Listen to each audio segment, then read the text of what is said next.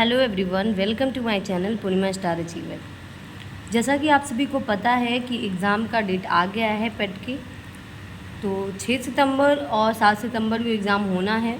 तो आप लोग अच्छे से मेहनत कीजिए और पेट के एग्ज़ाम में अच्छे नंबर स्कोर कीजिए। तो मैं आज से आप सभी को टॉप 20 क्वेश्चन की सीरीज़ दूंगी, जिसमें आप सभी अच्छे से उसको देखिए, तैयार कीजिए और अपने एग्ज़ाम की अच्छे से तैयारी कीजिए। तो हमारा पहला क्वेश्चन है, भारत में कौन सा भाग कूका आंदोलन से प्रभावित था? तो आंसर हमारा है पंजाब। 1872 ईस्वी में और किसके नेतृत्व में हुआ था? बाबा रामचंद्र सिंह के। ठीक है। दूसरा क्वेश्चन है, प्रथम अखिल भारतीय किसान सभा का गठन कहाँ हुआ था? तो प्रथम अखिल भारतीय किसान सभा का गठन 1936 ईस्वी में कांग्रेस के लखनऊ अधिवेशन में हुआ था, जिसके अध्यक्ष थे स्वामी सहजानंद। ठीक है। तीसरा क्वेश्चन है, महावीर स्वामी को मोक्ष कहाँ प्राप्त हुआ? तो इनको राजगृह के निकट पावापुरी में मोक्ष प्राप्त हुआ। जैन धर्म के वास्तविक संस्थापक भी महावीर स्वामी हैं और इनका जन्म हुआ था वैशाली के कुंडग्राम में। ठीक है।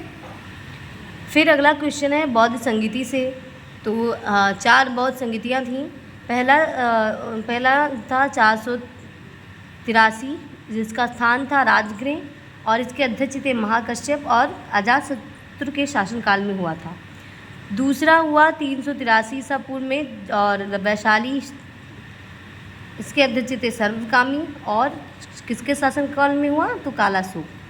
फिर तीसरा है तो ये 251 ईसा पूर्व में हुआ था और किस स्थान पे हुआ था? पाटलिपुत्र में। अध्यक्ष इसके थे मोंगदीपुत्र और शासनकाल किसका था? अशोक का था। चौथी थी प्रथम शताब्दी, इसके स्थान कहाँ था? कुंडलवन और इसके अध्यक्ष थे वशमित्र और अश्वघोष और किसके शासनकाल में हुआ? कनिष्क के। फिर 5वां क्वेश्चन है हमारा, श्री ब्रह्मपुरीश्वर मंदिर कहाँ है? तो ये तमिलनाडु में स्थित है। 6वां क्वेश्चन है, भगवान बुद्ध का अंतिम संस्कार कहाँ किया गया? तो रामभर स्तूप में किया गया था। ये यूपी के कुशीनगर जिले में है और रामभर स्तूप गंडक नदी के तट पर स्थित है। हालांकि टॉप 20 क्वेश्चन है लेके आई हूँ, लेकिन आप अगर देखना चाहेंगे तो इसमें और सारे क्वेश्चन निहित हैं। ठीक है। फिर अगला क्वेश्चन हमारा संविधान से है, आर्टिकल 39A, जिसमें कहा जाता है सभी नागरिकों के लिए समान न्याय और मुफ्त कानूनी सहायता। ठीक है। आगे बढ़ते हैं और आर्टिकल 48 समझते हैं। आर्टिकल 48 में है कृषि एवं पशुपालन के संगठन से संबंधित है। आर्टिकल 48A में है पर्यावरण की रक्षा व वन्य जीवों की सुरक्षा। आर्टिकल 42 में है काम की न्याय संगत व मनोवचित दशाओं का तथा प्रसूति सहायता। ठीक है। क्वेश्चन नंबर 11 है, कौन सा क्षेत्र भूपर्पटी व आच्छादन, भूपर्पटी मतलब क्रस्ट, आच्छादन मतलब मेंटल का को पृथक करता है? तो ये है मोहो। अगला क्वेश्चन है, दस्ते काबिर मरुस्थल कहाँ है? तो ईरान में। दस्ते लूट, ये भी ईरान में है। सहारा मरुस्थल है अफ्रीका में। थार मरुस्थल है भारत में।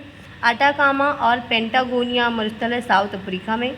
ग्रेट विक्टोरिया, घिसन और सिम्पसन ये ऑस्ट्रेलिया में है। ठीक है। क्वेश्चन नंबर 12 है, एशिया की सबसे बड़ी नदी तो यांगजी है। कनाडा की सबसे बड़ी नदी है मेकांग। यूरोप की सबसे बड़ी नदी है वोल्गा। अफ्रीका की सबसे बड़ी जो नदी है वो है नील। और दक्षिण अमेरिका की जो सबसे बड़ी नदी है वो है अमेजन। क्वेश्चन नंबर 13 है, नील नदी किस झील से निकलती है? तो नील नदी ताना झील से निकलती है। वहीं पे अगर क्वेश्चन आ जाए कि श्वेत नदी किस झील से निकलती है, तो वो विक्टोरिया झील से निकलती हैं। आशा करती हूँ कि यहाँ तक आप सभी को समझ में आया होगा। आगे बढ़ते हैं। 14वां क्वेश्चन है, क्वेश्चन नंबर 14 है, गंगा व सोन नदी प्राचीन में किस जनपद से होकर गुजरती थी? तो वो मगध। क्वेश्चन नंबर 15, तराइन का युद्ध तो पहला तराइन का युद्ध हुआ 1191 में, जो पृथ्वीराज और मोहम्मद गौरी के बीच में हुआ, जिसमें पृथ्वीराज की जीत हुई थी। दूसरा तराइन का युद्ध हुआ था 1192 में और ये भी पृथ्वीराज और मोहम्मद गौरी के बीच हुआ, लेकिन इस बार पृथ्वीराज हार जाते हैं और मोहम्मद गौरी जीत जाते हैं। क्वेश्चन नंबर 16वां है चंदावर का युद्ध। चंदावर का युद्ध 1194 ईस्वी में हुआ और किसके किसके मध्य हुआ था? गौरी, मोहम्मद गौरी और जयचंद में, जिसमें जयचंद हार जाते हैं, गौरी जीत गया था। क्वेश्चन नंबर 17वां है येलो नदी किस देश में सॉरी ये यहाँ पे राइटिंग मिस्टेक है। येलो नदी किस देश से होकर गुजरती है? तो वो चीन नदी, और इसे वांगहो नदी व चीन का शोक कहा जाता है। लेना नदी किस देश से होकर गुजरती है? क्वेश्चन नंबर 18 है लेना नदी किस देश से होकर गुजरती है? तो वो रूस से होकर गुजरती है।